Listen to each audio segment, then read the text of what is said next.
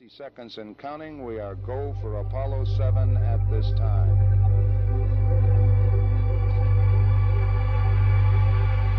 T-minus 50 seconds. The vehicle now pressurized and the vehicle is go as is the spacecraft. Our second speaker for today is a private pilot, a military aerospace historian, has lectured across the USA on the unique subject of mystery aircraft and classified propulsion systems buried deep within the military-industrial complex. He has presented evidence that supports the claim that elements within the military-industrial complex, specifically then the American aerospace industry, have designed, built, and test saucer-shaped aircraft which mimic the form, fit, and function of what we perceive to be extraterrestrial UFOs. So the question is, does this technology now exist actually to take ET home?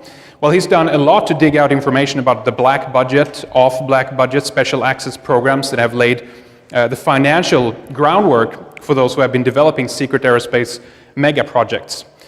This material is really interesting. It's kind of fills some of the missing gaps between what we know exists and what is speculation as well. So this will really kind of help to solidify the subject as well that we heard so much about from Mark. So it's going to be really interesting.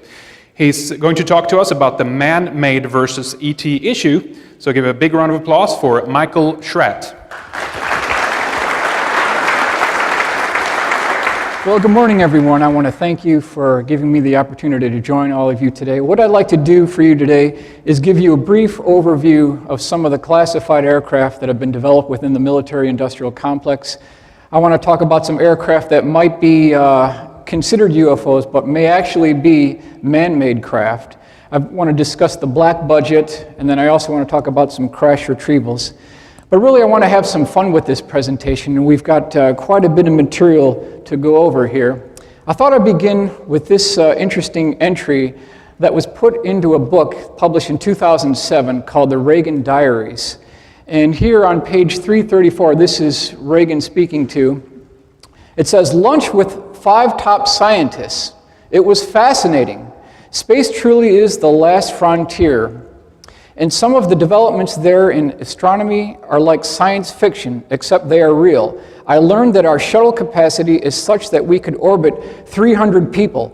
So I want to ask all of you today, the shuttle only holds 8 astronauts. How does Reagan get this 300 people going into this shuttle system? How could this possibly be true? Then we've got some interesting statements made by Neil Armstrong. It says, this is July 20th, 1994 at the White House. There are great ideas undiscovered, breakthroughs available to those that can remove one of truth's protective layers. There are places to go beyond belief. Neil Armstrong, 25th anniversary of the Apollo moon landing. Then we have Above Top Secret by Timothy Good. Interesting statement here, a transaction between a scientist of an MI6 individual and Neil Armstrong. And this is page 186, so I'm not just making this up. Professor, what really happened there on Apollo 11? Armstrong, it was incredible, of course. We'd always known there was a possibility. The fact is, we were warned off. There was never any question then of a space station or a moon city. Professor, how do you mean warned off? Armstrong, I can't go into details except to say that their ships were far superior to ours, both in size and technology. Boy, they were big and menacing. No, there is no question of a space station. So again, this is page 186 of Timothy Good's Above Top Secret. So it turns out, ladies and gentlemen, that there are in point of fact 2 space programs, one in the form of a public relations smokescreen organization known as NASA. The other one is called U.S. Air Force Space Command, also known as Solar Warden, and that comes from Paul Lee Violette and the Huffington Post, 12/7/2012. Here's another question we need to look at too. Did the Rockwell Star Raker go operational? Is this what Ronald Reagan was talking about when he talked about the capability of orbiting 300 people? Obviously, he wasn't talking about putting those people into the shuttle cargo bay. This was a proposal for a 1979 single stage to orbit, high lift wing orbital launch vehicle, 310-foot length, 360-foot wingspan, capacity of 200,000 pounds for the cargo, and it was powered by 10 high-bypass turbofan ramjets, 3 liquid oxygen and liquid hydrogen rocket engines. So this could have been something that we as the general public were never clued in on, but Reagan may have actually been given a briefing. A couple of quick announcements here. The visual aids used in this presentation are computer-generated forensic composite illustrations based off the actual UFO case files and military defense trade publications. Source material was QFOS, NICAP, the APRO archives, Aviation Week Space Technology, Jane's Defense Weekly, Invisible Residence by Ivan T. Sanderson, which I highly recommend, Uninvited Guest by Richard Hall, Magic Eyes Only, UFO News Clipper Service, Wendell Stevens Archives, and the Leonard Stringfield Collection. I kind of want to start right here, and you might be thinking, why in the world am I showing a picture of a Dorito here? What does a Dorito have to do with a secret space program? Well, back in 1984, this configuration was the most classified configuration that you'd ever want to see. In point of fact, this configuration was so classified, engineers working on the program associated with that configuration were forbidden to bring in a bag of Doritos out of fear that the configuration of this aircraft might be revealed. That's how secret this was. This is the A-12 Avenger II, also known as the Flying Dorito. This was a joint McDonnell Douglas General Dynamics program designed to replace the A-6 Intruder as an all-weather attack aircraft. Procurement funding for this was $4.78 billion of your tax dollars went into a full-scale research development contract for General Dynamics McDonnell Douglas. McDonnell Douglas was brought onto the contract because of their experience with naval carrier-based aircraft. That's why McDonnell Douglas was actually brought on. Now, we were going to buy, the Navy was going to buy 620 of these aircraft. Again, this is what we've got to show for it here with this Dorito here. But this is the full-scale mock-up that was made. And this is essentially all we have to show for our $4.878 billion, because it was on January the 7th of 1991 that Dick Cheney canceled this program and cost us all $5 billion.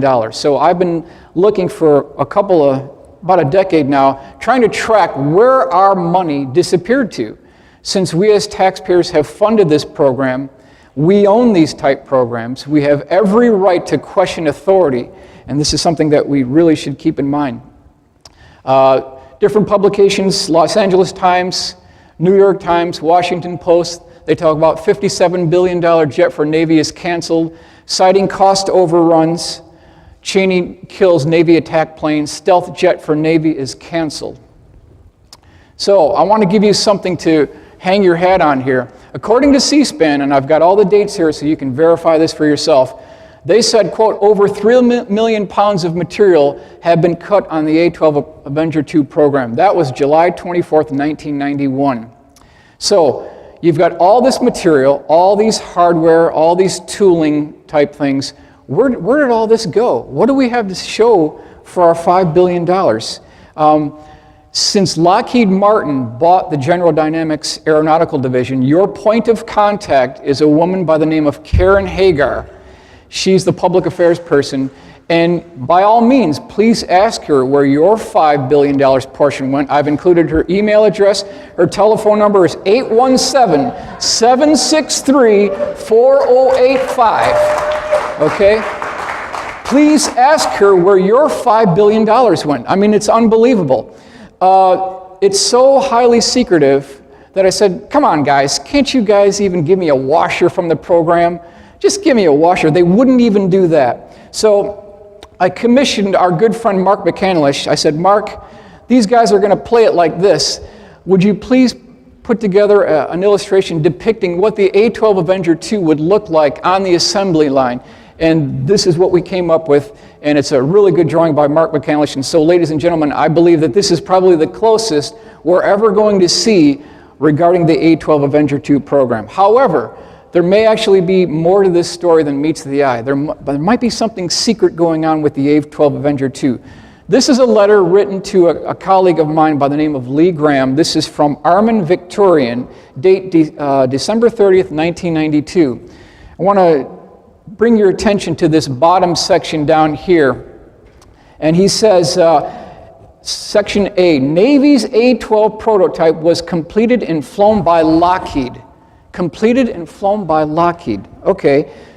Two other sources have confirmed from General Dynamics that right around 1990, Lockheed basically picked up the pieces of the A-12 Avenger II program from General Dynamics.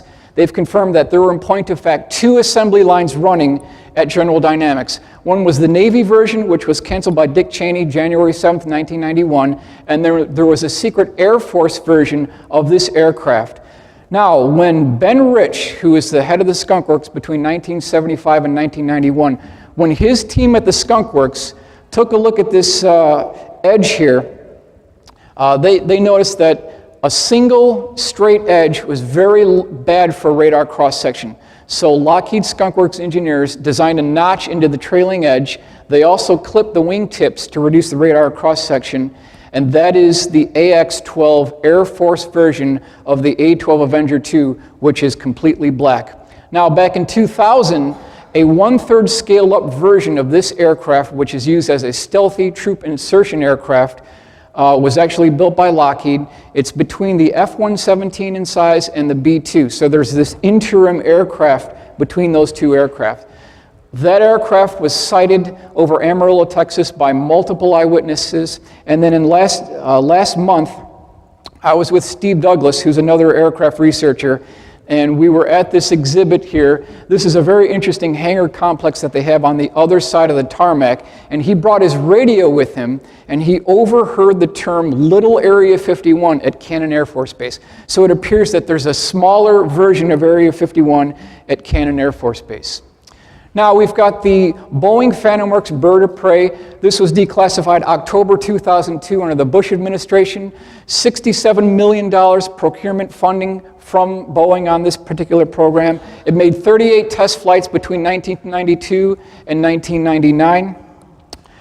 Basically, this aircraft was the first aircraft to use low observable stealth technology for one-piece solid construction. And it also had 3D virtual reality design and assembly processes involved with this aircraft. Procurement funding, again, is $67 million. It was 47 feet long, 23-foot wingspan. Important point to keep in mind on the Boeing Phantom Works bird of prey is that when you have a proprietary program, it is exempt from FOIA requests. So you can't get anything else on the Boeing Phantom Works bird of prey. This is one of those proprietary programs. Another drawing done by Mark McCandlish, talking about the Sneaky Pete, also the Have Blue prototype, and then Boeing Phantom Works bird of prey. Detroit Free Press, secret ledger hides military projects. Pentagon black budget has tripled under Reagan administration. So I want to quote my sources, Detroit Free Press, February 8th, 1987. They had a very interesting graphic illustration, which I've redone in AutoCAD here to give you an idea. Now, if you look at the procurement funding on these programs, in 1981, the black budget grew by just over $500 million. Now, by 1988, that figure rose to nearly $9.122 billion. So you can see there's this exponential growth in the black budget. Federal spending by category, procurement spending for agriculture was $26 billion. Transportation was $28 billion, but the Pentagon's black budget for fiscal year 1988 was $35 billion. So they're spending more on black budget programs than they are for education. So is there a mismanagement of funding here? Do we have bridges breaking? Do we have schools falling apart? That money could be put into other programs. Total spending for procurement funding of the Air Force for 88 was 51, of which 19.1 was in the black budget. Okay, now in this article, they have 2 quotes that I think are interesting to keep in mind here. It says, Thomas Amley, a Pentagon missile expert with security clearances high enough to know about some black programs, said the military has 3 basic reasons for having them. 1, you're doing something that should genuinely be secret. 2, you're doing something so damn stupid you don't want anyone to know about it. And 3, you want to rip open the money bag and get out a shovel because there's no accountability. So when you talk about black programs, there is no public scrutiny, no congressional oversight. Second one here, it says, in a black project, people don't worry about money, said a 31-year-old systems engineer who has worked on 4 black projects at the Space Systems Division of Lockheed Missiles and Space Company in Sunnyvale, California. Here's what he said. If you need money, you got it. If you screw up and you need more, you got it, said the engineer, who asked that his name not be published. You're just pouring money into this thing until you get it right. There's no incentive to do it right the first time. Who's going to question it? So you can see the mentality of what we're really up against here. Aviation Week, Space Technology, December 24th, 1990, summed it up really well. 8 years of the Reagan administration were very good to the black world. Really sums it up nicely. Now, how do you get this information? Where do you go to track the black budget? It turns out every January 27th of every year, a public relations program in the form of this document, which is available to the general public, is called RDT&E Programs R1. That stands for Research, Development, Test, and Evaluation Programs R1. You can pick this up at the Library of Congress. And in this document, they list programs that are within the Department of Defense. Over here you've got the line items, and then you've got how much was spent. But when it comes to classified programs, they don't tell you anything about it. For instance, senior year operations, forest green operations. No technical details, no information regarding how much procurement funding was done on the program. So what you end up doing here is you take the total amount and you subtract the knowns, and what you're left with are the unknowns or the black programs. Now, how can we verify this? Defense Daily, July 14th, 1988, also had their procurement funding. And you can see here, Theme Castle, no information, just a code name. Senior Citizen, we've got Omega. It's a black program. We don't know the details. So again, you take the total amount, subtract the knowns. What you're left with are the unknowns. This is an interesting publication, 1970, J.W. Fulbright. He really brought it home. It says, the greatest threat to American national security is the American military establishment and the no-holds-barred type of logic it uses to justify its zillion-dollar existence. These programs have gone rogue, no congressional oversight. Couple of quick code names I want to bring to your attention here. This comes from John Andrews, who's the Senior Project Design Engineer at Testers Model Corporation in San Diego. He was tracking these black budget fundings, and he wrote this FOIA request to the DoD, and a couple of things we want to look at here. Rosetta, classified program. Housekeeping, what's housekeeping? Redbird, and then the 2 final ones, 4 and 5, Rainbow, and something called Snowbird, which we really want to get into. Groom for secrecy, Groom Lake toxic burning alleged.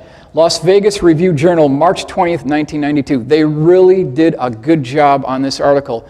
Basically what they're saying is, during the stealth program, vintage 1981 to right around 1988, according to this article, Burbank Lockheed Skunk Works Division was basically trying to get rid of all their toxic chemicals, solvents, resins, and they put these in 55-gallon drums, and twice a week on Mondays and Wednesdays, an 18-wheeler tractor-trailer truck hired by a foreign company called NDB would drive all the way from Burbank Skunk Works to Area 51. They'd follow this perimeter road, they'd go past the residential area, and then these 300-foot-long burning pits dump these 55-gallon drums into these burn pits and throw jet fuel on it and ignite the whole thing.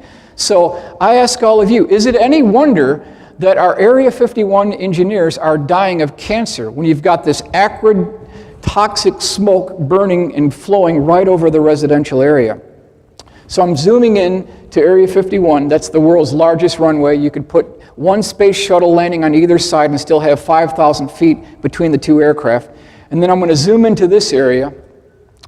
The hangar surface area on the bottom here are what's known as the Red Hat hangars for the Soviet MiGs. Before that, they were the A-12 hangars. Just in back of the Red Hat hangars are what's known as the U-2 spy plane hangars. That's where final assembly was made for the U-2. We've also got the residential area, and then up here on the corner, we've got the area where it shows the burn pits right in here. So that's what we want to focus in on. Here's a 1968 photo of Area 51 showing the residential area. These are the burn pits here. So the question I want to ask all of you, this is something we really should answer. Who is the idiot within the Air Force, Department of Defense, EPA, that allowed them to do this right next to the residential area? I mean, talk about lack of planning. It's just horrible. They had a sidebar article within this Las Vegas Review Journal that I really want to talk about here. And it's talking about the bar that was at Area 51 called Sam's Place. And this is what they talked about from one who was actually there. Extravagant living on a secret base. So this is your tax dollars at work here. A favorite watering hole was Building 170, the hangar-sized centerpiece of the base's recreational complex. It is listed in one base directory as Sam's Place, a bar named after a Central Intelligence Agency official who once ran the base, said a source involved in base operations during the 1980s. Sam's Place was a dark, fully carpeted nightclub with large padded chairs and a bar ring with stools that rivaled the largest ones in Las Vegas, the source said. The club had 4 pool tables, dartboards, and a big screen. The recreational complex was complete with an 8-lane bowling alley, a heated indoor pool, 4 racquetball courts, a basketball gymnasium with a wooden floor, tennis courts, saunas, and a snack bar. At one time, a golf course and lighted softball field existed as well. Supplies for the base were flown in from Hill Air Force Base in Utah aboard C-130s. Sometimes people would chip in and buy big ice boxes of shrimp that were flown specially to the base from Florida in 20 to 30 big styrofoam coolers. The plane stopped only long enough to offload the shrimp. And then the final one here, some colonels, he said, had very extravagant tastes, including one who had grapefruits flown in from Israel at $25 a piece and requested deliveries of canned tuna from South America that he estimated cost the government $26 per can. So here's your tax dollars at work with these big guys over here at Area 51. Another drawing by Mark McCandlish. This is the McDonnell Douglas Manta Ray. 18 of these aircraft were built by Desert Storm. They flew along with the F-117s as a digital real-time intelligence gathering aircraft, specifically photographic type aircraft. It was also carrier capable. It had a interesting arresting hook and also a launch contraption in the front for carrier-based operations. Very low radar cross-section aircraft, and had twin-canted vertical stabilizers that you can see here. Orders of magnitude lower RCS than the F-117. Something called the Flying Artichoke has been sighted at Air Force Plant 42 and Holloman Air Force Base. It has a crew of 2, pilot and a weapons system operator. It has a very interesting tail arrangement here with a porous aft section that absorbs sound. It's capable of carrying 6 2,000-pound laser-guided weapons. So this is the Flying Artichoke. Now, right around 1989, we started hearing these reports of something called the Aurora. That's definitely not the code name that's actually used, but that's a catch-all phrase, really. And on August 1989, Chris Gibson, who was an offshore oil drilling platform operator, he noticed a KC-135 flying overhead that was flanked on the left side by 2 F-111s that had their wings extended. And then directly behind the KC-135, there was a black triangle that had a 75-degree swept wing configuration that he could not identify, and he was a member of the Royal Naval Observers Corps. So if there's anyone who couldn't identify it, who should have, it would have been Chris Gibson, because he's very well versed in identifying aircraft in less than 1 second. So we've reversed the image to show you what this actually could have looked like. This remains today, even today, a classified program. Now, if you look in the Boeing archives, you'll see this motif, this legacy of development regarding 75-degree swept wing configurations for hypersonic aircraft. This may be a configuration that Chris Gibson actually got to see. Another drawing by Mark McCandlish. Interesting backstory on this aircraft. When the colonel who first laid his eyes on this particular configuration, when he saw it for the first time, he said that that was an elegant lady, and so that name has stuck with this particular aircraft. It is a 2-stage-to-orbit space plane consisting of a mothership and a parasitic aircraft that's launched from the spine of the mothership. Each of these wingtips is estimated to be about 16 feet tall. It has a pilot, co-pilot, and something called a launch control officer. He is the liaison between the mothership and the parasitic aircraft, and he sits aft in the last seat here. It has 2 canards that can retract for high-speed flight. It's powered by either 4 combined cycle pulse detonation wave engines, or as Mark mentioned, the scramjets too. Now, what evidence do we have for this? Aviation Week Space Technology, August 24th, 1992, talks about eyewitnesses who saw this in the Antelope Valley, Lancaster, Palmdale area, so we've got some good sightings there. This is the model called the SR-75 penetrator that was done by John Andrews, who again is the Senior Project Design Engineer at Testers Model Corporation, San Diego. And we believe that the mothership configuration here is about 85% correct. This parasitic aircraft that he has here has the correct wing sweep angle, but the configuration of where the engines are, we don't believe that that is correct. This is a photograph of John Andrews, so if there was any question about this gentleman's integrity, it was never challenged because he was a gentleman until he passed away in 1999. His veracity was never questioned, so you can hang your hat basically on information provided by John Andrews. A good scale model of what this looked like. Interesting thing, people who have seen this said that the configuration and color of this aircraft was kind of a light white or gray configuration with a blacked leading edge. And then the air intakes on this aircraft were diagonally cut at 45 degrees. And they said that people who saw this particular aircraft take off said that the air intakes were so large that you could drive a Volkswagen right into these. So we're talking large air intakes. John McNeil put this together, shows you the 2-stage orbit spaceplane system. Again, you can see the air intakes in this location and these large winglets. This is a top view looking down, shows you the scale of this aircraft here, and then we believe that this aircraft is not called Aurora, but in point of fact either Senior Year or Senior Smart. That's believed to be the code name for this particular aircraft. Now, one other propulsion system that may be associated with the mothership of this aircraft is something that Mark T. Constantine, who was the Aerojet Tech Systems Division Manager, this is 1985, he gave a lecture.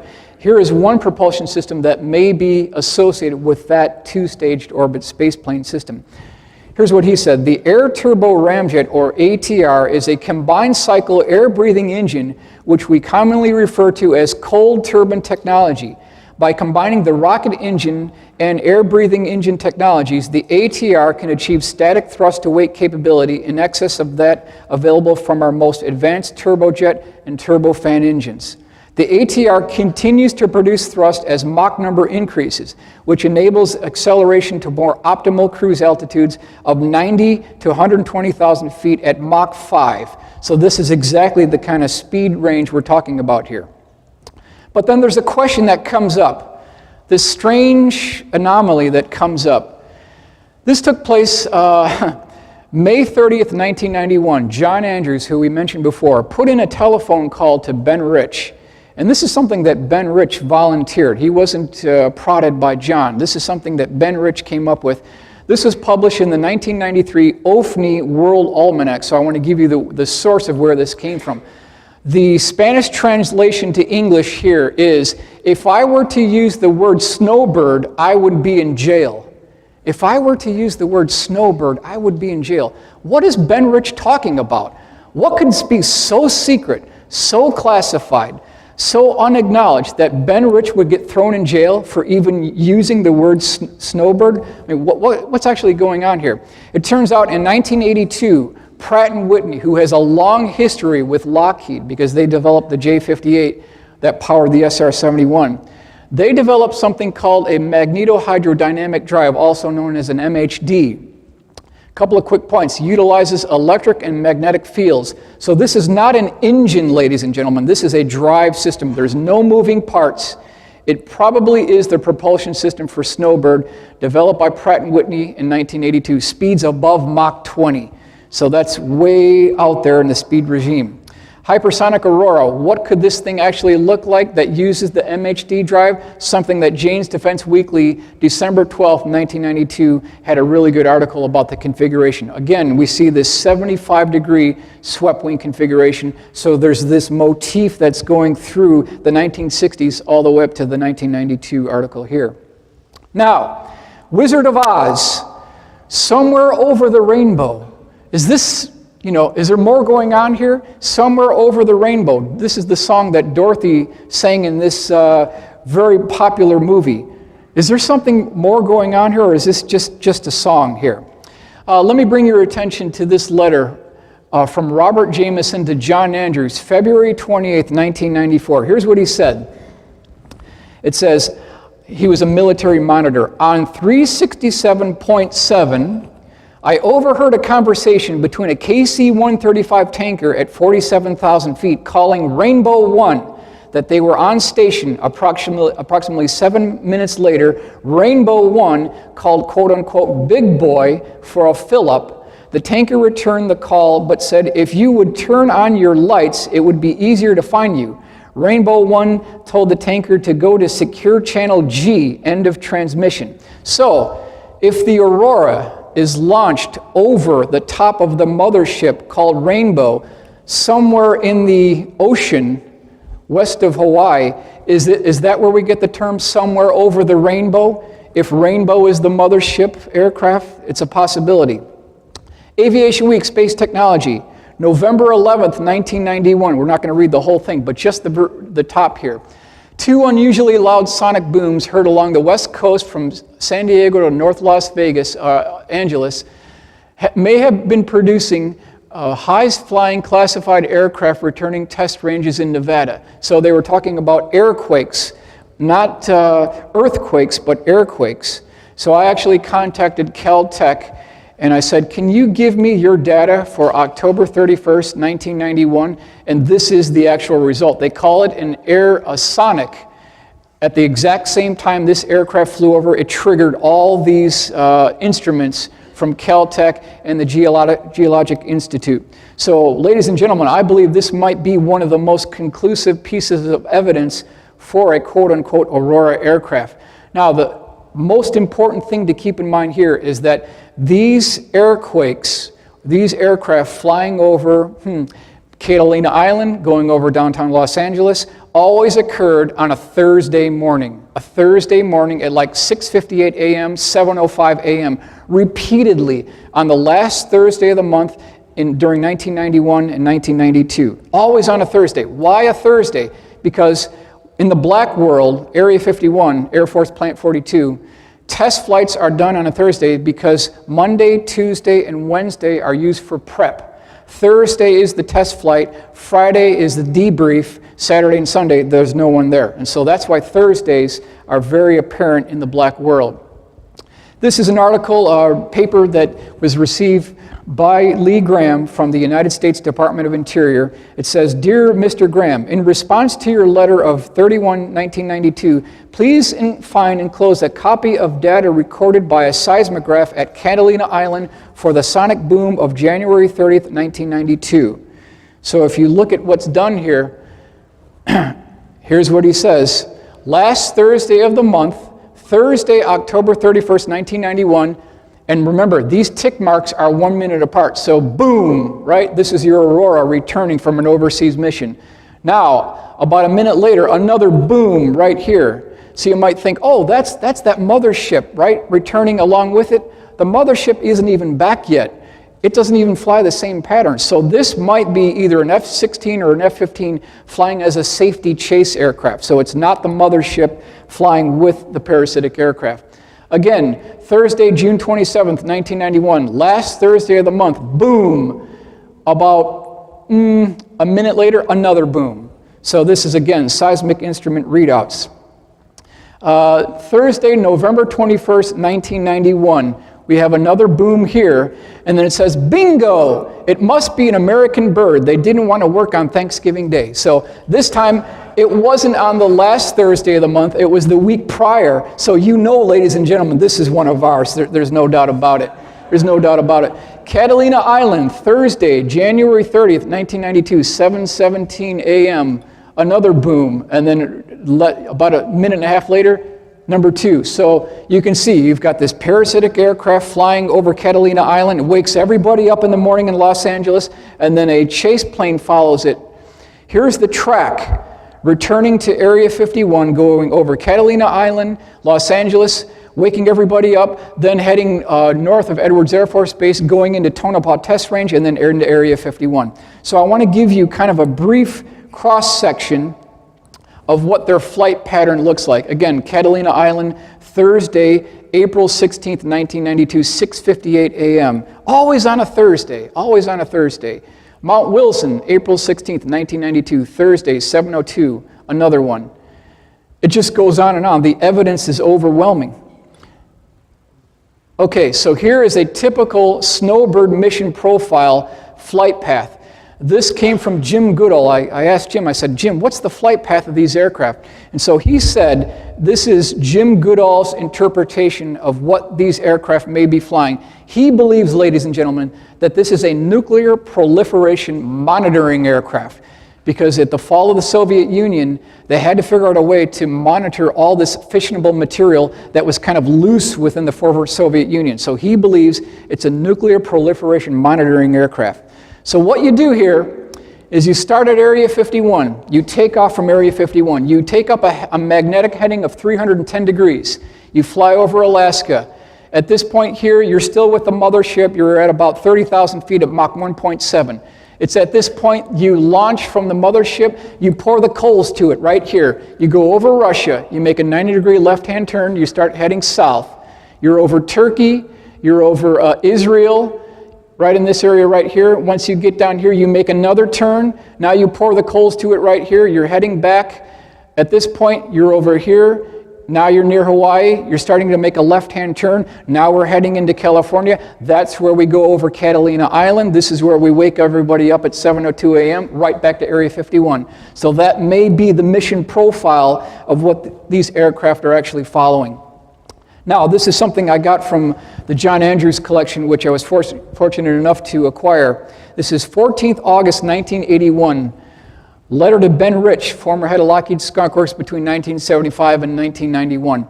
It says, Ben Rich, your crew responsible for 2 very strange birds leaving at dawn, just at first light from George Air Force Base.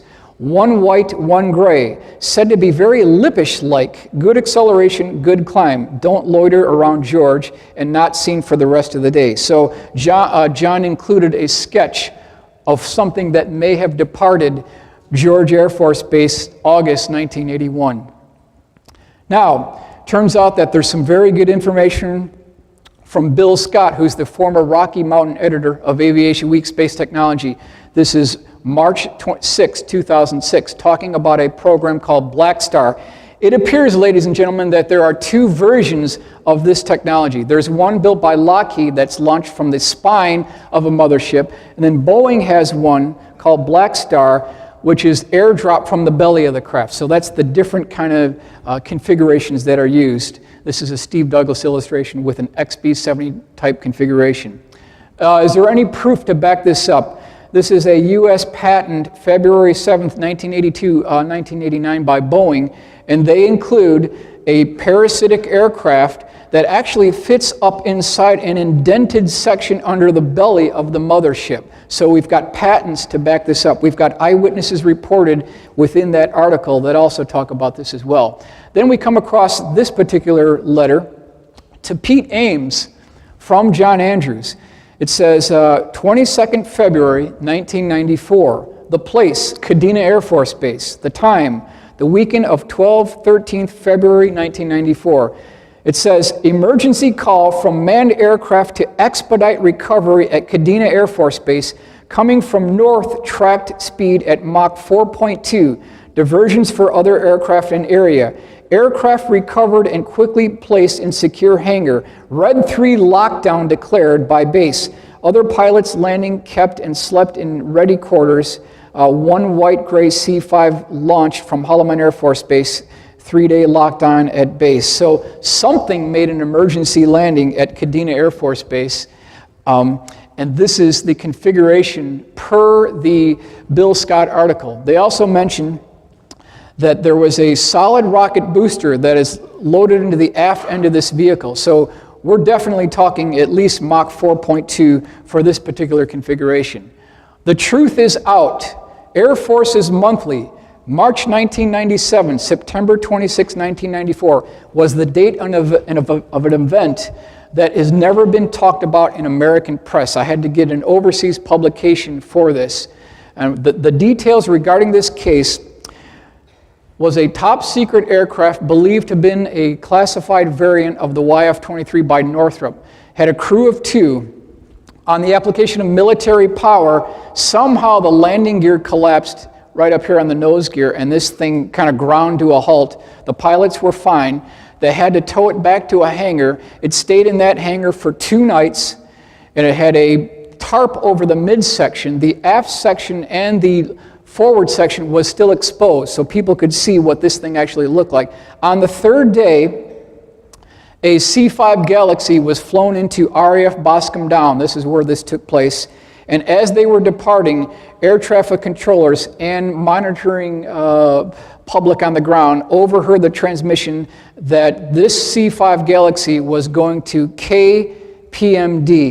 So anyone who knows what KPMD is, that's Palmdale. That's the identifier for Palmdale. They were flying back to Palmdale.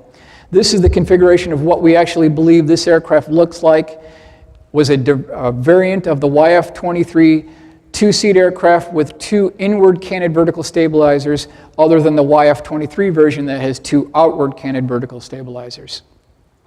So we get to the B-2 stealth bomber. $2.3 billion per aircraft, more than its own weight in gold. That's what we're talking about here. 21 of these aircraft were built. Tremendous amount of money. I call this the $10 billion photograph because we've got 4 B-2s at the Pico Rivera plant, 2.3, that's about $10 billion right there. And it's a 172-foot wingspan. The question is, and Mark talked about this before, is there more going on to the B-2 than meets the eye? Aviation Week Space Technology, March 9th, 1992, had a very interesting article from people who worked at Northrop who were very upset that the technology associated with the B-2 program was not being trickled down to the public industry. They talk about how the B-2 electrically charges the leading edge of the wing to reduce the radar cross signature. That's what you see in this diagram right here. And then negatively charges the exhaust gases to reduce the infrared signature. This is the same type electrogravitic technology that T. Townsend Brown had originally proposed in the 1930s. So this technology might date back a lot earlier than we originally thought. The proof about this comes from Electrogravitic Systems by Thomas Vallone, so you can back that up. And then I recently came across some information from a General Dynamics engineer who had previously worked in the black world. And basically he said, you know, I'm done with the black world. I've been there. I'm through with it. I'm now a biker. So he left the black world behind. And he said that according to this particular General Dynamics engineer who worked on the B-2 program, he said that for every 3 B-2s that are built, for every 3, turns out that there's 7 anti-gravity versions of this B-2 that are actually built, according to this General Dynamics engineer.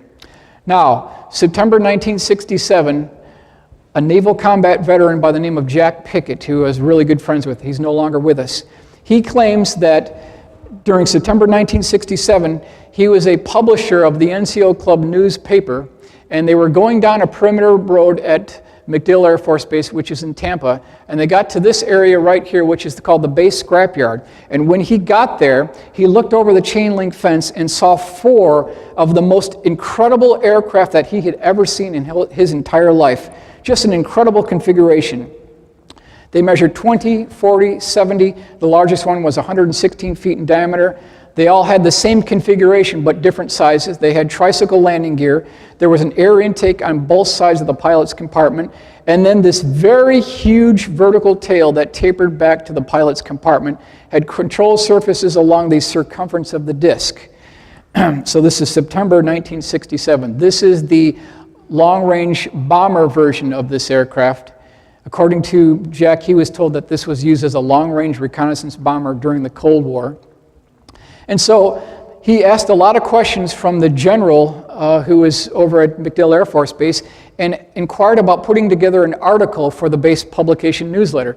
He was given authorization to write that article, which was titled Flying Saucers for Real, and then he was given 16 officially stamped black and white glossy photographs of these aircraft parked on the tarmac, in flight, also with F-86 jet fighter interceptors, F-84 jet fighter interceptors as well, and had a tremendous amount of information regarding this program all ready to go into this article. But then it turns out, just before going to press with this particular article, there was an overflight of a VTOL, vertical takeoff and landing version of this aircraft, which rolls down the runway. This is a horizontal takeoff bird. That particular aircraft suffered a propulsion system malfunction, dropped down to treetop level, flew directly over Miami at high speed and woke everyone up. The next morning it was all over the newspapers, all over the news, and so he brought that newspaper into the general's office the next morning and said, "General, I think we've got a problem here because I'm getting ready to declassify and release this jet-powered disc that you have at the scrapyard, but then you're denying the existence of this aircraft that flew over downtown Miami. What do you guys want to do about it?" So that general contacted Offutt Air Force Base, contacted the Secretary of Defense and the Secretary of the Air Force, and according to the Secretary of the Air Force, it would be in the better interest of the Air Force to delay publication, and that's where this story died back in 1967. So we were within hours of getting the truth about one of our classified programs brought into the public domain within hours, but then it was canceled. So now we want to move on to flying triangles. They've been seen all around the world since at least 1974, without a doubt. We've got November 29th, 1989, Belgium was seen. January 5th, 2000, Southern Illinois. Area 51, Groom Lake. They've been seen almost in every country by every possible culture. So it's a worldwide phenomenon. We've got a case over here of a red one with this exhaust port here. We've got a case in Detroit. We've got Belgium cases. So a brief cross-section of these aircraft have been seen all around the world. The primary features of these triangles, they usually have a white light on the corner of each of the triangle. Some of these are between 200 and 300 feet across. This midsection is generally about 20 feet across. And then there's always this interesting structural work on the bottom and probably a red or amber light in the center of the bottom section of the craft. That's kind of the overall view of what we see here. March 31st, 1999, Kirby, a very significant sighting. And if anyone in this room is a skeptic, I just invite you to look at this gentleman's testimony. Colin Saunders, you can Google him. He gave a really nice 20-minute lecture regarding this particular sighting. A very honest gentleman. I totally believe his case. He was with his family driving home at around 9:50 p.m. after dinner when they came across this particular craft. He saw the aft end of it first. It was tilted up at about 15-degree angle of attack on the left-hand side. And then he said the bottom of this craft tipped up, but it tipped up from the back end. And he said, he used the term that it looked like it was submerged underwater. That's how this actually moved underwater.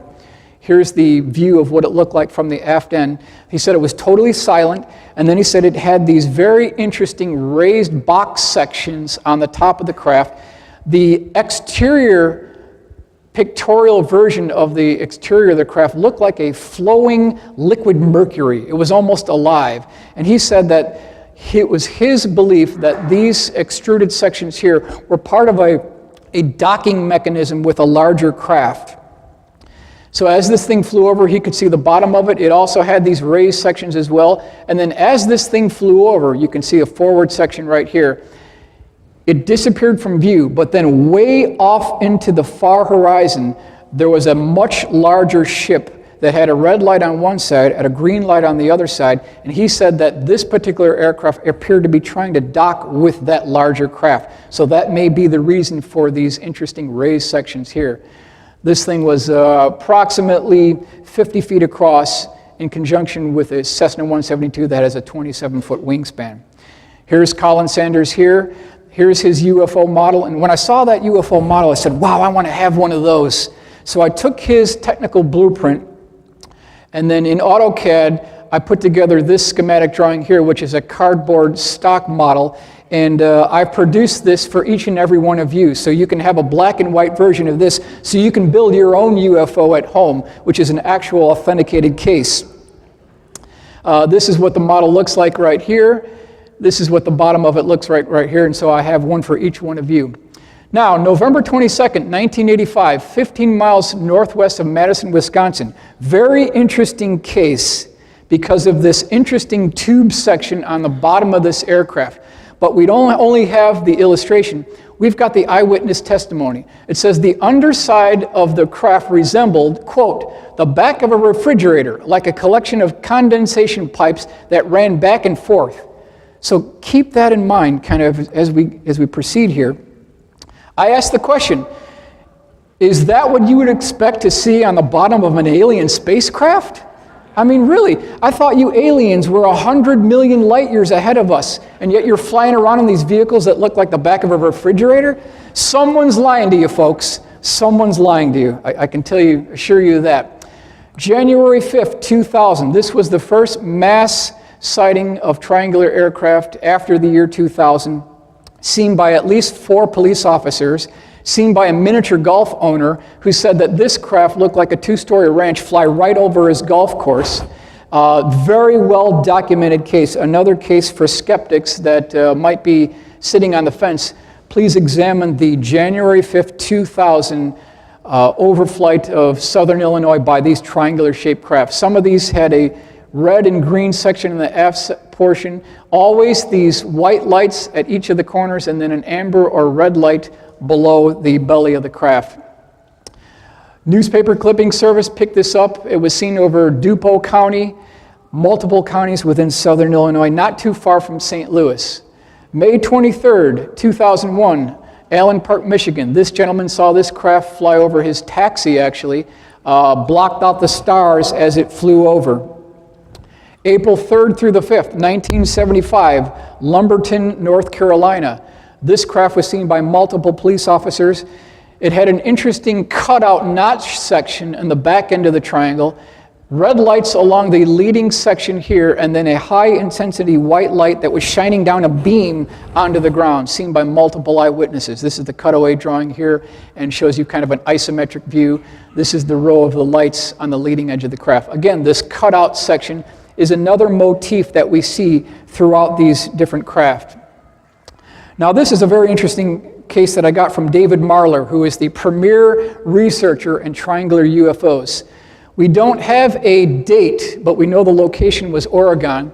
According to this eyewitness, this particular craft was about 180 feet across, large triangular-shaped craft with these rounded corners in this location here.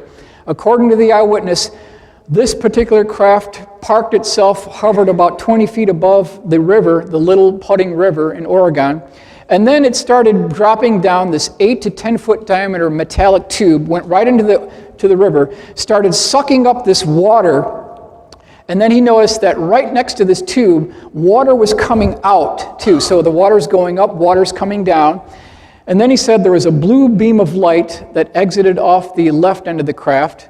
And then he said something very interesting. There was lights pulsating across the circumference here. And then there what looked like these 3 landing gear legs that popped out of the bottom. But these weren't landing gear legs. He called them overflow valves because water was shooting out of these overflow valves. And then there were 3 orange orbs that popped out of the bottom of this thing. About 2 minutes later, after this had completed whatever it was doing, he said it sounded like a washer machine. These orbs merged back into the craft. This craft slowly took off, and then when it reached about an altitude of about 1,000 feet, this thing took off like a spark off a grinding wheel. So that was that particular, almost a USO case. Enormous turbine blade UFO, January 21st, 1997, Puerto Rico, also came from the David Marler files. Basically, a primary eyewitness saw this particular craft hover near his location.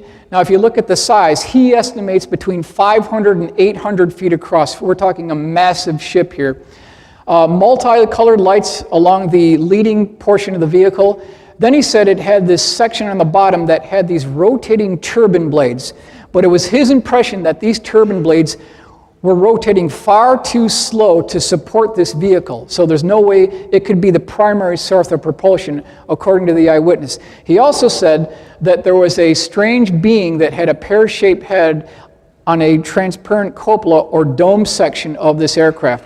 2 minutes after observing this aircraft, a black 4x4 vehicle pulled up right next to him. A security agent got out of that vehicle, started questioning about this particular craft. No sooner did that security agent start interrogating the primary eyewitness, 2 identical craft to this first one popped out of the clouds and started following this original craft. This craft, at that point, started introducing it was kind of like a smoky blue glow around this vehicle, and then this thing took off. The other ones were trying to chase after it, but they couldn't get it. So this is January 1st, 1997. Another case from the David Marler files. I put together an illustration here. August 25th, 1990, Barnsley, England. Primary eyewitness and his wife were returning from a Fleetwood Mac concert at night when, out of nowhere, coming this strange triangular-shaped craft that he estimated between 100 and 200 feet across emerged from a dark, misty cloud directly below the cloud bank. And he said he saw it long enough, 30 seconds, long enough to get some really good details. It had one light on each terminating point of the triangle, one light on the bottom here that was white, and then he said it had this recessed section on the belly of the craft. And in that recessed section, he could see what looked like cross-beam and girder construction, very structural construction on this bottom point here. And then there was these series of white-lit, backlit windows that had these humanoid figures, and it was his impression that this was a man-made vehicle. That's what his impression was, that these were actually man-made vehicles. This particular individual on the right seemed to be either pointing or waving back to the primary eyewitness. Now, North Wales Triangle, sighted over the M56 motorway on June 1st, 1997, flew across the motorway at about 100 miles an hour, startled people on the motorway, and then zipped off at a high rate of speed. That's all the details we have on that particular case. So now we move on to the ever-present, ubiquitous, everyone's favorite triangle, the TR-3B. Anything having to do with the TR-3B has to be credited to Edgar Fouché. I want to give him credit for Edgar Fouché. Also want to mention that Edgar Fouché has no first-hand knowledge specifically dealing with this aircraft. So he didn't work on this program, but he claims that he knew people at Area 51 who did. I want to make that perfectly clear. Also want to state that I don't want to divert any way, shape, or form or percentage from his original testimony. I want to give you his straight answers to a number of questions that I brought to his attention. This is his response, so I don't want to divert from anything that he had to say. Technical specifications regarding the TR-3B. According to Edgar Fouché, there are 2 different sizes of the TR-3B, approximately 250 feet per side for the prototype version, 600 feet per side for the operational model. The overall mission of the TR-3B is logistics support and transportation for the Secret Space Command. If used on a planet or moon or large outpost, you would have a ready-made transportable space station. The TR-3B carries a crew of 4 in the prototype version. The flight control system used on the TR-3B consists of variable vectored intake and thrusters on the edges and advanced multi-mode propulsion engines on each tip of the triangle. 2 nuclear reactors serve as the power source for the magnetic field disruptor, also known as an MFD. The magnetic field disruptor utilizes a mercury liquid plasma, which is pressurized to 250,000 atmospheres and rotated at 50,000 RPM, resulting in a distortion or warpage of the localized gravity field by up to 89%. Therefore, G-forces are also reduced by 89%. So in effect, what he's saying is that this MFD interacts with how gravity interacts with mass. So you could be doing 1,000 miles an hour, make a left-hand turn 90 degrees, and you'd only feel 11% of the G's. That's what he's talking about. He's not talking about anti-gravity per se, but a disruption of the gravity field. Materials used to construct the TR-3B consisted of advanced composites, metamaterials, and titanium. 3 prototype TR-3Bs were built. Cost per TR-3B in $1990 was $1 billion per craft. Sightings by Edgar Fouché is 1975, high in the atmosphere at night at Edwards Air Force Base, 1976 within the southern part of the Nellis Range, and the late 1970s Groom Air Base. That's the one we want to focus on. TR-3B utilizes telescopic landing gear legs with T-pads, operated by the National Reconnaissance Office, the National Security Agency, and the CIA. The craft exhibits a very low electromagnetic humming noise during operation. 1 light was located on each tip of the triangle. The craft incorporates electrochromic panels used for daytime stealth operations. So when you talk about electrochromic panels, what they're essentially doing is they're electronically transferring the image in what's in back of the craft to the forward portion, essentially allowing it to blend in with the background, basically bringing it invisible. Vents on the side of the craft serve as variable vectored intake exhaust depending upon which direction the vehicle is going. So this is a drawing put together showing you these vents right here. This is the crew compartment and then the magnetic field disruptor right here. So then I asked Edgar Fouché, Edgar, instead of you just talking about the TR-3B, can you give me an illustration of your sighting? This is what he came up with. This is Edgar Fouché's illustration of his sighting. This would have been 1979 at Area 51.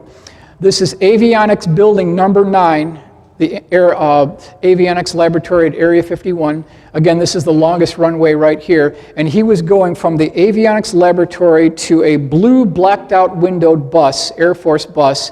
So it was about a 100-foot walk. And as he's walking to this bus, they had him wear these blacked out welder's goggles so he couldn't see anything around. Edgar Fouché is a pretty big guy, so when he looked down, there was a crack between the top portion of his forehead and the top portion of these welder's goggles, and he could see a crack of light. He looked outside that light and saw the TR-3B about 500 feet away. This is according to Edgar Fouché. So if you look at this runway diagram, you look at the buildings, remember these are the red hat hangars right here, we're talking at least 500 feet. And so that's how close he got to perhaps one of our classified flying triangles. Again, flying triangles, UFOs, the estimate of the situation, David Marler, this is by Richard Dolan Press, our good friend Richard Dolan. Anyone who's a skeptic regarding flying triangles, please look into this book and you'll see that there's quite a good historical background. I want to make a statement here. If you thought that all triangular UFO cases were the direct result of classified military aircraft, that would be incorrect. Now, how do we know this? Sightings of these triangular-shaped craft date back to 1890. Kelly Johnson, who formed the Skunk Works, he wasn't even born yet, so it couldn't be a Lockheed bird, right? It has to be something else. Now, when we talk about these liquid mercury plasma engines on the magnetic field disruptor associated with the TR-3B, that's the same thing we hear about on these Vimana aircraft that were 2,000 years before the time of Christ in the ancient Indian Sanskrit text. They talk about liquid mercury plasma engines with these Vimana type crafts. So this technology might date back much earlier than we thought. Is that the same technology that's used here in the Kecksburg Acorn that was recovered in Pennsylvania, December 9th, 1965? Is that the same technology used on the Nazi Bell, 1945? They had the same dimensions, the same configuration, the same bumper around the bottom circumference, the same strange hieroglyphic writing along the bottom. Both the Bell here, it also had these insulating bricks that were associated with test flights. Also, Joseph P. Farrell talked about how plants within the vicinity of test flights of the Bell turned to goo within 2 hours. Scientists who were near the Bell during operation died immediately. He also talks about how there's 2 counter-rotating drums that have a radioactive isotope of mercury called cerium-525. That may be some of the propulsion systems associated with the Bell. Now, by May of 1945, Adolf Hitler had 62 of the scientists associated with the Bell program murdered. These were brought up in the trials after Nazi criminal war crimes were brought to public, and so they talked about these 62 scientists being murdered associated with the Bell program. My question is, did SS General Hans Kammler, who was involved in the Bell program, did he cut a deal with the Americans? Did he have his record expunged of any crimes in exchange for technology? That's something we definitely want to keep in mind. Cash Landrum incident, Huffman, Texas, December 29th, 1980. This, by any other means, skeptics cannot debunk this case. This case had stood the test of time for so long now, and I invite anyone who's questioning the validity of some of these cases, please look at this case. You'll find that this has remained rock solid. 3 eyewitnesses, Betty Cash, Vicki Landrum, Colby Landrum, were driving around 9 p.m., Huffman, Texas, when they noticed a bright light approaching their vehicle. It got brighter and brighter and brighter. It got so bright they became horrified. They were scared. It was traumatic. She even mentioned that she thought this was the second coming. She thought this is the end of the world. And what she saw was this twin double ice cream cone craft that was about 90 feet tall, had a series of light-colored blue portholes. We don't know if these were portholes, but they were circular outlets in this location here. It was about 30 feet above the pavement here. She slammed on her brakes. Betty Cash got out of the car, started going to the forward portion of the car to see this thing as a better look. And then it had these strange flames that were blue in color, that every time the flame came out, this craft would bob up, and then once the flame stopped, this craft would start slowly settling down again. This happened for about 2 minutes. At that point, Betty Cash was just about ready to get back into the vehicle. Now keep in mind, this is December 29th, 1980. It was cold outside. Just about the time she was getting ready to put her hand on that car door, she put her hand there and it burned the skin right off her hand. The whole exterior of the vehicle was becoming very hot. Once she got back inside the car, they had to turn the air conditioning on. It was so hot within this vehicle. This craft also emitted a beeping noise as this engine produced this thrust. And then about a minute after this departed, there were no less than 23 double-rotor Chinook CH-47s chasing after this craft with 2 UH-1 Hueys in chase with high-intensity light beams, like they were shepherding this vehicle, like they had foreknowledge of this particular flight. Now, it's my personal opinion that this was one of ours, ladies and gentlemen. Now, how can I back this up?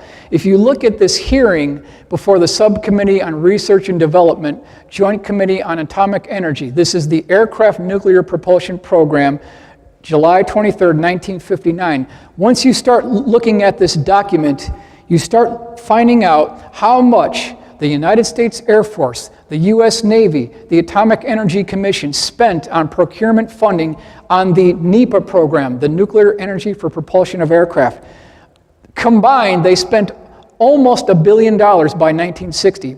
This is a schematic drawing of an atomic liquid-fueled rocket with subcritical reactor. So at least by 1960, they had the procurement funding, the engineering know-how to perhaps build such a craft.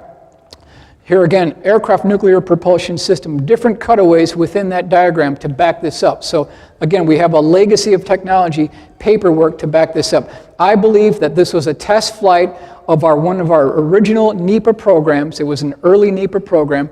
There was a hull breach within that subcritical reactor that started spewing out fissionable material, and that's how Betty Cash and Vicki Landrum died from the effects of radiation poisoning regarding this. So it's important that we hold our government liable for essentially the murder of these 2 individuals.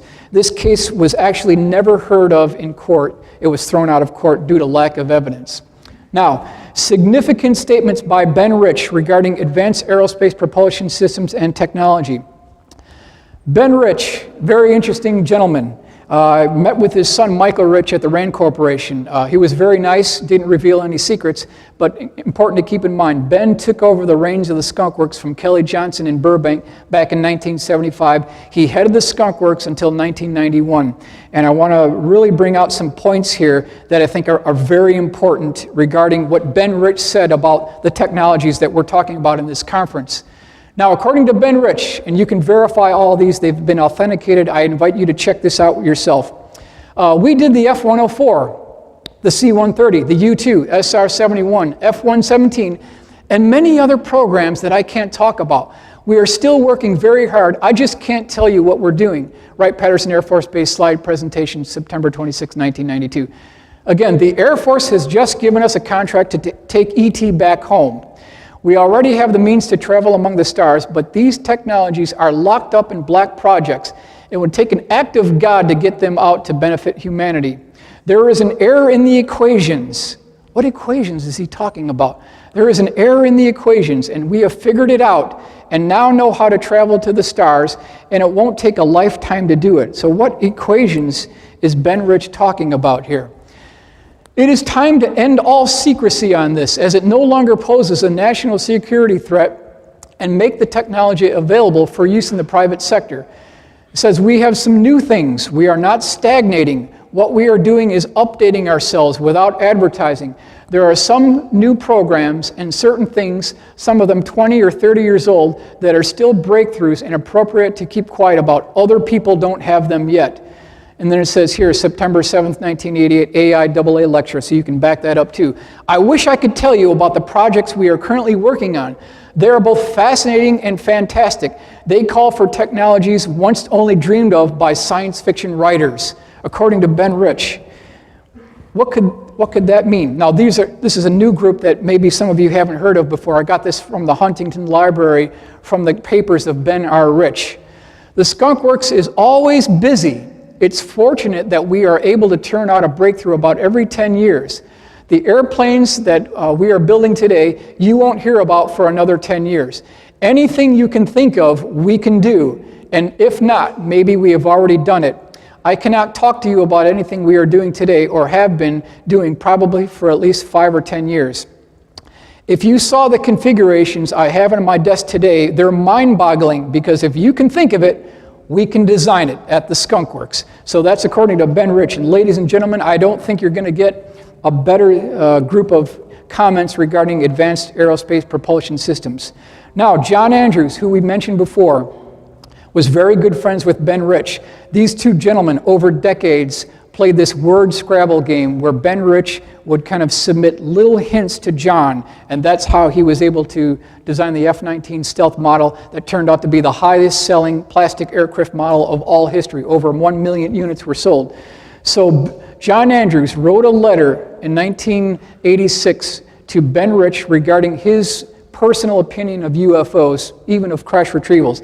This is his original reply letter to John Andrews, dated July 8th, 1986. It says, "Dear John, in response to your letter of July 1st, I am a believer, and so is Kelly Johnson." So he's talking about UFOs, extraterrestrial technology. So if it's good enough for Kelly Johnson, to me, it's good enough for me. Now, here is the reply that John Andrews sent back to Ben Schratt. He wanted to get some clarification. So Mr. Ben Schratt, Lockheed Advanced Aeronautics Company, this is Burbank, California, 10 July 1986. Dear Ben, a short note to clarify your interesting response regarding being a quote-unquote believer contained in your 8th July 1986 letter. The topic is UFO. I believe there are lots of UFOs. I am also tending to believe there are two types of UFOs or categories. A, man-made UFOs. B, extraterrestrial UFOs. I believe with certainty in man-made UFOs. I am tending to believe there are also extraterrestrial UFOs. Having the highest respect for both you and Kelly, I'd appreciate knowing your belief in both categories. So then Ben Schratt sent back the letter. I was able to get the actual letter. Lockheed Company letterhead, July 21st, 1986. Dear John, this is a response. Yes, I'm a believer in both categories. I feel everything is possible. Many of our man-made UFOs were unfunded opportunities. In both categories, there are lots of kooks and charlatans. Be cautious, Ben Schratt. So, The $64 billion question is, what did Ben Rich mean when he talked about unfunded opportunities, UFO? Was Ben Rich talking about programs that didn't get funded at the Skunk Works? Or, as some have suggested, which could be a possibility, was he talking about freebies or hand-me-downs that we got for others? Is that a possibility? It's certainly a possibility. But by 1995, Ben had passed away, so we don't know the answer to that question. Now, a good friend of mine, Jim Goodall, wrote a letter to Ben Rich, basically requesting a taped interview. Just go over a couple of quick points. I would like to do a taped interview with you sometime in the near future. So obviously Jim knew that time was getting short for Ben. He wanted to get all this documented on videotape. It says, we would cover everything that you have ever been involved in with your many years at Lockheed Skunk Works. We would cover all bases, leaving nothing out. He also said that he'd be glad to hold on to that tape for 10 years, 20 years, until he decided that it was appropriate to release into the public domain. Now, unfortunately, that interview never took place because, as we mentioned, Ben Rich passed away in 1995. But just prior to Ben's passing, Jim Goodall got one final telephone conversation into Ben Rich, who was dying at the hospital, and this is what Ben Rich told Jim Goodall over the phone just before he died. He says, Jim, we have things in the Nevada desert that are 50 years beyond what you can comprehend. If you've seen it on Star Wars or Star Trek, we've been there, done that, or decided it wasn't worth the effort. So again, ladies and gentlemen, I don't think it's going to get any better than that. Talking about technologies that are 50 years beyond what we can comprehend from the Skunk Works. A couple of UFO cases that we should consider here. Hudson Valley Boomerang. Between 1982 and 1989, over 25,000 eyewitnesses reported a gigantic chevron or boomerang-shaped craft that hovered over cities north of New York City, about 20 minutes north of New York City. Primary eyewitnesses reported from air traffic controllers, doctors, policemen, law enforcement personnel. What they reported seeing is this boomerang-shaped craft with these tubes, pipes, and cylinders on the bottom of the vehicle. A very structured craft on the bottom. Also had multicolored flashing lights on the bottom as well. That's a very interesting thing to consider because it's been repeated over and over again. Now, March 24th, 1983, Taconic Stark Parkway, New York. This is on a Thursday. Multiple eyewitnesses saw a gigantic 300 feet per side flying boomerang-shaped craft with a triangle trailing edge hover over the Taconic State Parkway. People pulled over to the side of the road, slammed on their brakes, got out of their car, looked up and saw this craft. But then they said when they saw the bottom of it, it had these transparent panels so you could see inside the structure of the craft. And eyewitnesses reported seeing tubes, pipes, cylinders, steel girder, mechanical truss tube construction like a truss bridge. That's what they reported. So I want to ask everyone here, and you don't have to answer, does anyone here know what happened one day prior to this event? What happened on March 23rd, 1983? Reagan's speech, thank you. March 23rd, 1983 was Reagan's speech. He proposed the SDI program. So I asked the question, is there a connection between the Hudson Valley Boomerang and the SDI program by Ronald Reagan? Were they using these craft flying over large American cities as a nuclear deterrent, setting up an electromagnetic umbrella protecting us from incoming enemy Russian ICBMs? Is that a possibility? I'm just throwing it out there. Characteristics of the Hudson Valley Boomerang. Sightings of the craft came in from Connecticut, New Jersey, and Massachusetts. The craft was virtually silent and measured between 300 and 900 feet across. The UFO was seen hovering over busy expressways, lakes, and rivers. The object was reported by airline pilots, air traffic controllers, doctors, lawyers, local law enforcement, firemen, computer programmers. The craft appeared to have an industrial steel structural girder and crossbeam internal construction like a truss bridge. So what I've tried to do here is I've incorporated every conceivable configuration that was seen by the eyewitnesses. Again, we've got this tubes, pipes, and cylinders that was seen on the bottom of the vehicle, a triangle trailing edge, And then here we've got this section here showing you these transparent panels. Over here, I've shown you the original configuration of the B-2 stealth bomber. This is vintage 1983. Northrop spent $22.3 billion of our tax dollars designing this B-2 stealth bomber. 1983, they had absolutely nothing to show for our $22.3 billion. At the end of 1983, the Air Force and Northrop decided that they no longer wanted to have these low-altitude bombing platforms, and they changed the wing configuration to the double W that we see today. That cost all of us $1 billion for the wing redesign. Now, instead of me just talking about it just by myself, I wasn't there. I want to give you the eyewitness testimony directly from the people who saw this craft. This is Dennis Sant, very respectable gentleman. Here's his quote. This is Philadelphia Inquirer, September 28th, 1984. As it hovered, I could make out dark, smoky-colored metallic beams underneath, huge beams, according to Dennis Sant, March 17th, which was a Thursday when this actually took place. Again, Monique O'Driscoll, she sighted the object on March 17th, 1983, on a Thursday. This is her quote, and this is her painting that she made of this craft. I could see the underbelly part. It's solid. It had metal-type work, like cross beams and tubular things hanging down here and there. I was so close to it, I could have thrown a ball and hit it. That's from Monique O'Driscoll. This thing flew right over her head. Now, June 24th, 1984, Indian Point Nuclear Power Reactor. Something very significant happened on this particular night. I believe it may be one of the top 3 UFO cases of all history. According to no less than 12 Nuclear Regulatory Committee security guards, a gigantic, 900-foot wide boomerang-shaped craft hovered over Reactor 3 for 20 minutes. So this is confirmed by 12 security guards, and this is a West Crum illustration of what this thing looked like. They had shotguns pointed at this thing. It shut down the security system of the nuclear power plant. It violated prohibited airspace. But then there was one of the security guards was in this remote hangar here. He had a camera, a remote camera, that was capturing all this on videotape. And in his words, quote, this craft was so large that he had to pan the camera 180 degrees across just to get the whole thing in the field of view. That's how big this craft was. That videotape was later confiscated by government officials, but there is a videotape of this particular event. Phoenix Lights, March 13th, 1997. Again, boomerang-shaped craft. It had a very small triangle trailing edge here, seen by thousands of eyewitnesses.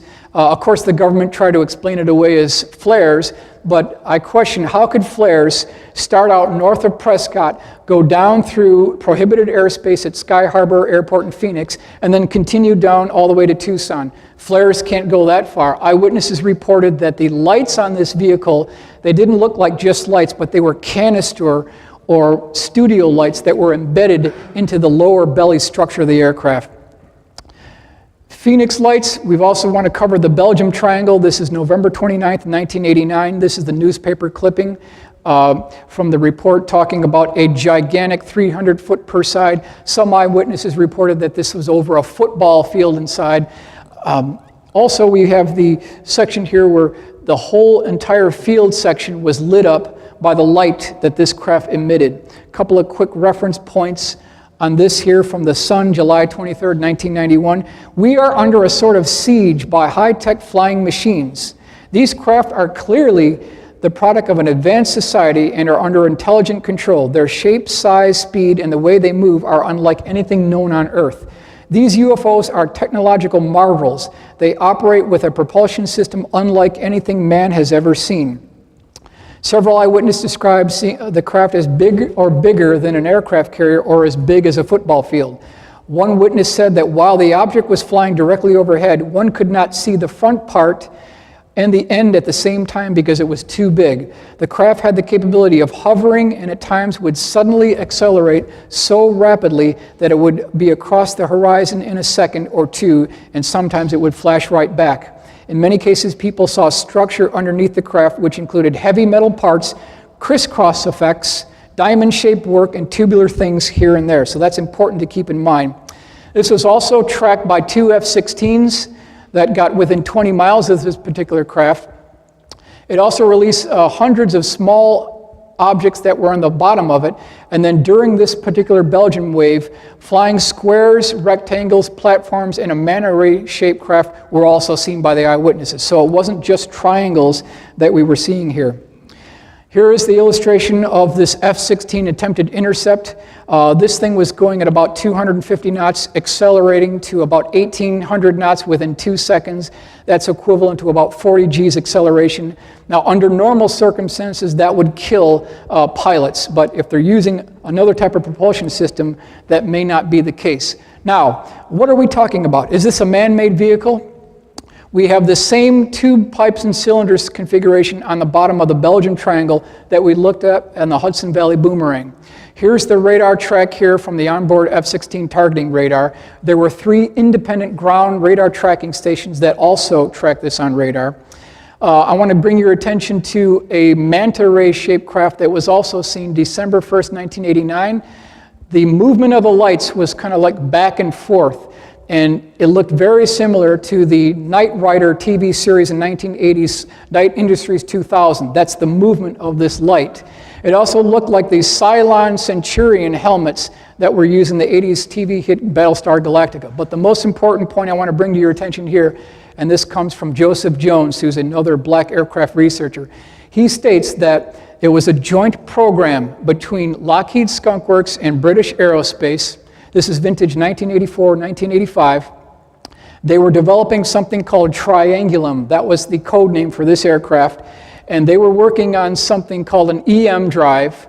And this is part of a program called Brilliant Invader. That was the code name for this operation. So ladies and gentlemen, I submit to you that this may be, in point of fact, the explanation for the Belgium Triangle Wave 1989-1990, which was the Brilliant Invader joint NATO training exercise.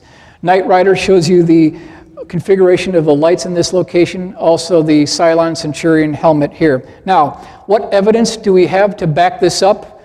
Is it just fairy tales, or do we have something to back this up? Jane's Defense Week, September 4th, 1996, has a very interesting article regarding the relationship between the UK and the US regarding stealth technology. The UK's relationship with the USA on stealth runs very deep, has been going on for many decades, and is extremely secret. Do we have anything else to back this up? It turns out that by the 1960s, they had accumulated so much information regarding what was done after World War II, when British intelligence was basically sucking up every shred of evidence recovered from the Nazis regarding radar cross-section development. That report was put in something called the Dawson Report, and then during an unknown date within the 60s, that report was brought over to Washington, D.C. and given to the defense contractors, probably Lockheed. So the other piece of evidence here is this very interesting book called I Could Tell You, but then You Would Have to Be Destroyed by Me by Trevor Paglin. Very interesting patch in this location right here. You'll note that the location of the beam of light is similar to the location of where the Belgium Triangle sightings actually took place. So ladies and gentlemen, I hope I've presented both sides of this case. I want to leave it to your discretion to decide who's who and what technology is actually being used. My point here is I'd like to see this technology handed over to the scientific community for the betterment of everyone on this planet, and I want to thank you for your attention.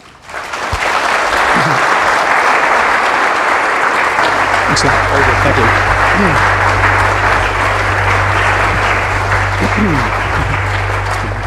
Thank you very much. Thank you very much, Michael. Really appreciate that.